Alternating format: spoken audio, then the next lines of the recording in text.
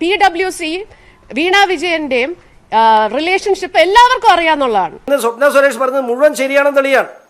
നോക്കിയാഴ്മണിയും പിണറായിയുടെ മകനുമായിട്ട് പങ്കായിട്ടാണ് ഈ ശ്രീലങ്കയിലെ ബിസിനസ് നടക്കുന്നത്. കൂടുതൽ വിവരങ്ങൾ ഉടൻ പുറത്തുവിടുമെന്നാണ് പൂഞ്ഞാർ മുൻ MLA PC ജോർജ് പറയുന്നത്.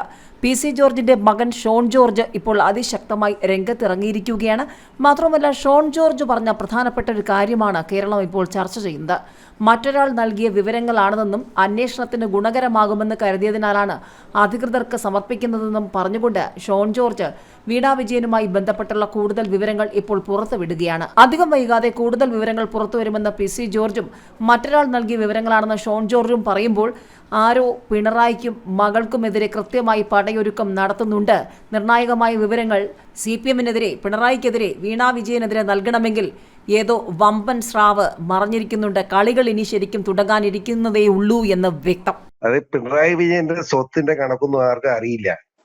കോടികളാണ്. ആ കോടികൾ ഇത് മുഴുവൻ കേരളത്തിലെ ജനങ്ങളെ വലിച്ച് കളിപ്പിച്ചും വഞ്ചിച്ചും മോട്ടിച്ചും ഉണ്ടാക്കിയിട്ടുള്ള പണമല്ലേ. ഇതുകൊണ്ട് സൂക്ഷിക്കാൻ വേണ്ടി ഈയിടെ 19 വർഷത്തെ കുളിച്ചുപോയി കേരളത്തിന്റെ മുഖ്യമന്ത്രി. എവിടെ പോയെന്ന് ആർക്കും അറിയാം. ചീഫ് സെക്രട്ടറി പോലും അറിയത്തില്ല, ഗവർണർക്ക് അറിയത്തില്ല. അവസാന UAE കിട്ടുക, പിന്നെ കുവൈറ്റിൽ നിന്നും. എന്താ ഇത്? വിദേശ രാജ്യങ്ങളിൽ കിടക്കുക. 16-ാം ദിവസം തിരിച്ചു വന്നു. അവിടെ കണക്ക് തീർന്നർത്ഥം ഈ പണം അക്കൗണ്ടിങ് ഇടപാടും ഒക്കെ ആയിട്ട് ബന്ധപ്പെട്ട് പോകുന്നതാണ്. പിന്നെ ഒത്തിരി ബിസിനസ് ഉണ്ടെന്നാണ് ഞാൻ മനസ്സിലാക്കിയിട്ടുള്ളത്. കാരണം ഈ ശ്രീലങ്കയിലെ ബിസിനസ് ഉണ്ട്. ശ്രീലങ്ക ബിസിനസ് അതിനകത്ത് ജോസ് കെ മാണിയും പങ്കാളിയാണ്. ജോസ് കെ മാണിയും പിണറായിയുടെ മകനുമായിട്ട് പങ്കായിട്ടാണ് ഈ ശ്രീലങ്കയിലെ ബിസിനസ് നടക്കുന്നത്. അതാണ് അവർ തമ്മിലുള്ള അവിഹിത ബന്ധം. ഇതെല്ലാം ഒരു കളപ്പിയും വഞ്ചനയുടെ കൂട്ട് കച്ചവടമാണ്. മേടിക്കുന്നതെല്ലാം പുറത്തു, എല്ലാം ഉണ്ട് കയ്യിൽ, ഓരോന്നോരോന്നായിട്ട് പുറത്തു വരും. അപ്പം തന്നെ ജയിലിൽ പോക്കോളും. ഈ മാസപ്പടിയുടെ കാര്യം പറഞ്ഞാല്, ഈ നമ്മുടെ പ്രൈസ് വാട്ടർ കൂപ്പേഴ്സിന്റെ എഗ്രിമെന്റ് പ്രകാരം ഒരു വ്യക്തിക്ക് 3 വർഷത്തിൽ, അതായത് പ്രൈസ് വാട്ടർ കൂപ്പേഴ്സിന്റെ ഇടപാടുകളൊന്നും എടുത്തു പറയേണ്ടത് 3 ജോലികളായിരുന്നു അവരെ ഏൽപ്പിച്ചിരുന്നത്. അതിനകത്ത് ഒന്ന് കെ ഫോൺ എവിടെ എത്തിയെന്ന് നിങ്ങൾക്ക് എല്ലാവർക്കും അറിയാം. 2 ഇലക്ട്രിക്കൽ വെഹിക്കിൾസിന്റെ പ്രൊഡക്ഷനുമായി ബന്ധപ്പെട്ട് അത് എവിടെ എത്തിയെന്ന് നിങ്ങൾക്ക് എല്ലാവർക്കും അറിയാം. 3 സ്പേസ് പാർക്ക്. ഇതിനു വേണ്ടി ഫാക്കൽറ്റീസിനെയും അതുപോലെ കൺസൾട്ടൻസിനെയും സപ്ലൈ ചെയ്യുക എന്നുള്ളതായിരുന്നു പ്രൈസ് വാട്ടർ കൂപ്പേഴ്സിന്റെ ലക്ഷ്യം. നിങ്ങൾക്കറിയാം, ആ സമയത്ത് ജെയ്ക് ബാലകുമാർ എന്ന് പറയുന്ന വ്യക്തിയായിരുന്നു ആ പ്രൈസ് വാട്ടർ കൂപ്പേഴ്സിന്റെ മാനേജ്മെന്റ് ആൻഡ് ടെക്നോളജി കൺസൾട്ടന്റ്. അദ്ദേഹം തന്നെയായിരുന്നു വീണയുടെ കമ്പനിയുടെ മെന്ററായി അന്ന് ഒരു വലിയ വിവാദം ഉണ്ടായത്. നിങ്ങളെല്ലാം ഓർക്കുന്നുണ്ടാവും. ഇപ്പോൾ ഞാൻ ഒരാളുടെ കാര്യം മാത്രം പറയാം. സ്വപ്ന സുരേഷ് വിവാദ നായികയാണ്. സ്വപ്ന സുരേഷ് പറയുന്ന കാര്യങ്ങളെ ശരിയും തെറ്റുമായി നമ്മൾ വിശകലനം ചെയ്തു. പക്ഷേ ഇന്ന് സ്വപ്ന സുരേഷ് പറഞ്ഞത് മുഴുവൻ ശരിയാണെന്ന് തെളിയാണ്.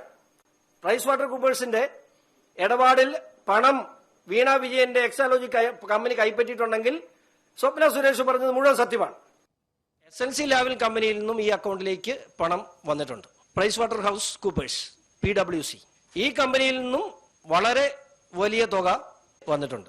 ഞാനിത് എൻഫോഴ്സ്മെന്റ് ഡയറക്ടറേറ്റിന് കഴിഞ്ഞ 17-ാം തീയതിയും 2018 ഡിസംബർ 1-നും 2020 നവംബർ 30-നും ഇടയിലാണ് പ്രൈസ് വാട്ടർ കൂപ്പേഴ്സിൽ നിന്നും ഈ അക്കൗണ്ടിൽ പണം എത്തിയിട്ടുള്ളത്. അപ്പം ഈ എഗ്രിമെന്റ് ഉണ്ടായിരുന്ന കാലഘട്ടത്തിലാണ് പണം എത്തിയതെന്നുള്ളത് വ്യക്തമാണ്.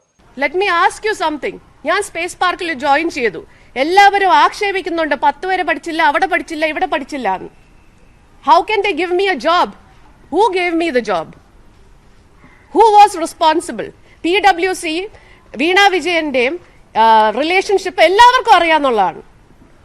എക്സാലോജിക്കിന്റെ പാർട്ട്ണർഷിപ്പോ അതിന്റെ ഇൻവോൾവ്മെന്റ് എന്താണെന്നുള്ള എല്ലാ ഡോക്യുമെന്റ്സ് ഇൻവെസ്റ്റിഗേറ്റിംഗ് ഏജൻസീസിന്റെ കയ്യിൽ കൊടുത്തിട്ടുണ്ട്, എന്റെ കയ്യിലുണ്ട്. അതിനെക്കുറിച്ച് വിശദമായി ഞാൻ പറയില്ല, നിങ്ങൾക്ക് എല്ലാവർക്കും അറിയാന്നുള്ള കാര്യം.